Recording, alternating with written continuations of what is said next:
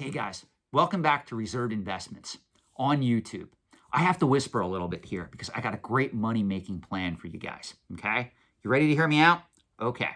I have access to paper clips that are no longer being made, that are made out of a different material than that of the standard aluminum that every other average paper clip out there pretty much is made from. And the company that made this particular spectacular paper clip is no longer in business. They went bankrupt a year ago. I bought out all their supply of these space age paper clips. And my goal is I'm going to list them on eBay. And I'm going to sell this paper clip right here for $10 for just one paper clip. Do you want to know why? Because they're not making any more of them. Now, if I actually did this and I put this on eBay for $10, would anybody out there be willing to pay me $10 for one paper clip that honestly has no greater utility than any other paper clip that's still being produced today in aluminum form or any other material that paper clips are made from? I guarantee you the answer would be no. Sean, I'm not going to give you $10 for that paper clip, even though you're claiming it's made out of a space age material and they're not making any more of them. I don't care. I can go to the dollar store, I can plunk down $1 on the counter and pretty much get a box of 100 standard aluminum paper clips and be on my way. Well, I got a question to ask you. If that's the case, how come you guys use the same logic when you view the antiques and collectibles trade? All I got to do is log on to any collecting forum at any given time, and there's going to be somebody there that says, Sean, this is a great investment. You want to know why? And I ask, why, Timmy? Why is that collectible such a great investment? And they look at me with ease and they say, because they're not making any more of them. Now, this is something that really came to a head lately with the release of my videos on the wonderful Marvel Universe trading cards. For those of you that didn't see those videos, right now, collectors are paying an insane premium for graded Marvel Universe trading cards that came out in 1990 that literally nobody wanted up until the last 6 months, to the point where this market is on fire at present time. There are people paying $3,000, $4,000 for a PSA 10 Marvel Universe trading card that nobody wanted when they hit the market back in 1990. Now, this is very interesting because Marvel at that particular time, or the Impel Corporation who produced these cards for Marvel, literally made a boatload of these cards from the years 1990 all the way up until 1995. So there's a lot of supply on the market at present time, or waiting to be placed on the secondary market because there's a backlog at a lot of the grading companies that are grading these cards at present time. Now, this gets very interesting because I often hear a lot of collectors use the excuse that because they're not making any more of a specific collectible, that alone increases its collectability on the secondary market. And I have often argued on this channel, most unsophisticated investors and speculators coming into the antiques and collectibles trade, they only analyze the supply of an item on the marketplace. They do not know how to assess the different types of demand that exist for that item at present time and how that demand could potentially change going forward. For instance, I've said this before, a lot of markets, especially on the speculative side of the antiques and collectibles trade, are easily manipulated. The barrier to entry to get involved in those markets is very low. It's not like trying to learn the rare coin marketplace. It's not like trying to learn and buy contemporary art paintings. It's not like trying to learn and buy historical documents or items of that nature. So anybody with just a little bit of money can come in on the collectible side of the trade, especially in the modern era market, for trading cards or collectible card games or comic books, toys, video games, and the like, and they can start manipulating that market. Manipulation in any market is not akin to organic demand. So what I am getting at, when you come on these collecting forums and you state, Sean, they're not making any more of them, the mistake that you are making is you are only assessing the supply of the item that you are talking about or the item that you are either speculating in or investing in. You are not looking at the demand side of that equation.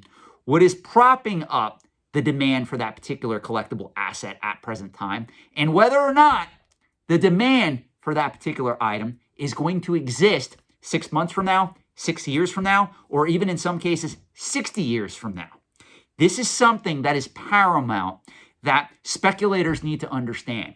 Because one of the things that I'm seeing with a lot of unsophisticated speculators that are coming into the antiques and collectibles trade, they are only looking at supply, and they are assuming that all demand that exists for any product, whether it's a rare coin, whether it's a comic book, whether it's a secret lair Magic the Gathering product, whether it's a limited run video game, they assume that demand is automatically organic and long-lasting. And that is not true in most markets in the antiques and collectibles trade. Most markets have different kinds of demand, and those types of demand change either in the short term or the long term. You know, when I did do the videos that I did on Marvel Universe trading cards, some of the comments to me were extremely hilarious. I had people come in, and I still have people coming into my comments or even emailing me, telling me, Sean, you don't understand.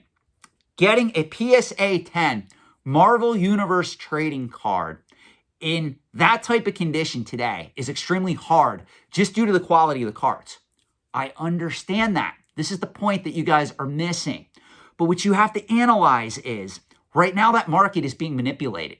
That's why a lot of those cards sell for $3,000, $4,000 a piece at present time, where if you literally got in a time machine and went back in time literally 1 year ago today, that market wasn't as hot as it is today.